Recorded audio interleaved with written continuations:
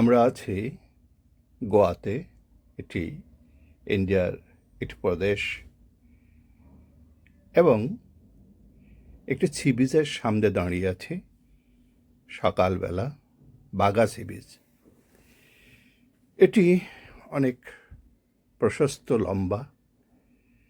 আর সবচেয়ে বড় কথা হচ্ছে সকালবেলার জন্যই কিন্তু বিচে লোকসংখ্যা খুবই কম। তার কারণ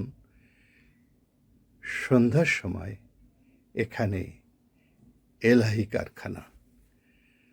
এই যে ছাতা দেখা যাচ্ছে এবং এগুলো তো ভাঁজ করে রাখা হয়েছে।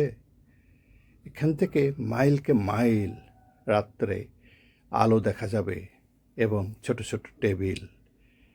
আমি দেখাবো, একটু পরে দেখাবো এই যে কি অবস্থা।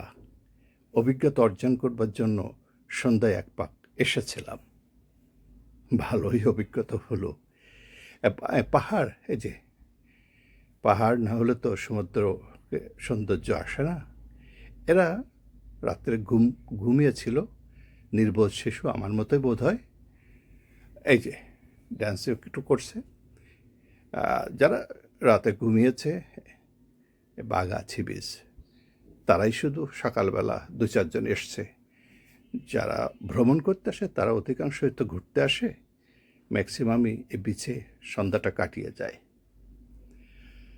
এই যে আমরা রাতের দৃশ্য দেখাবো, যেটা বলছিলাম, এই বালু চেহারাটা একটু অন্যরকম, ধূসর এবং অতটা শক্তিশালী না। আমাদের যেমন বালিটা বেশ মোটা মোটা, অতটা না। পাহাড়ের দৃশ্যটা খুব চমৎকার। এই যে রাতের দৃশ্য, এই যে বালির পরেই পানি, বালি, তারপরে এই যে এখানে টেবিলে ছোট ছোট ল্যাম্প আছে এবং এখানে বিস্তীর্ণ 1-1.5 কিলোমিটার দূর চলে যাবে। এই যে দেখতে পাবেন 1-1.5 কিলোমিটার দূরে এটা চলে গেছে।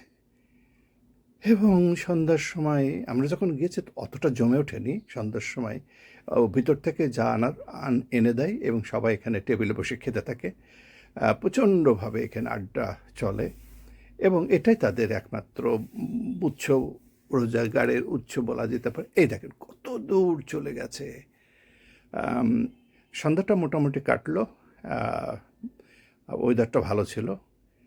আমরা কাটলো বলতে কি, আমরা দূর থেকে দেখে দেখে আসলাম, অভিজ্ঞতা অর্জন করলাম।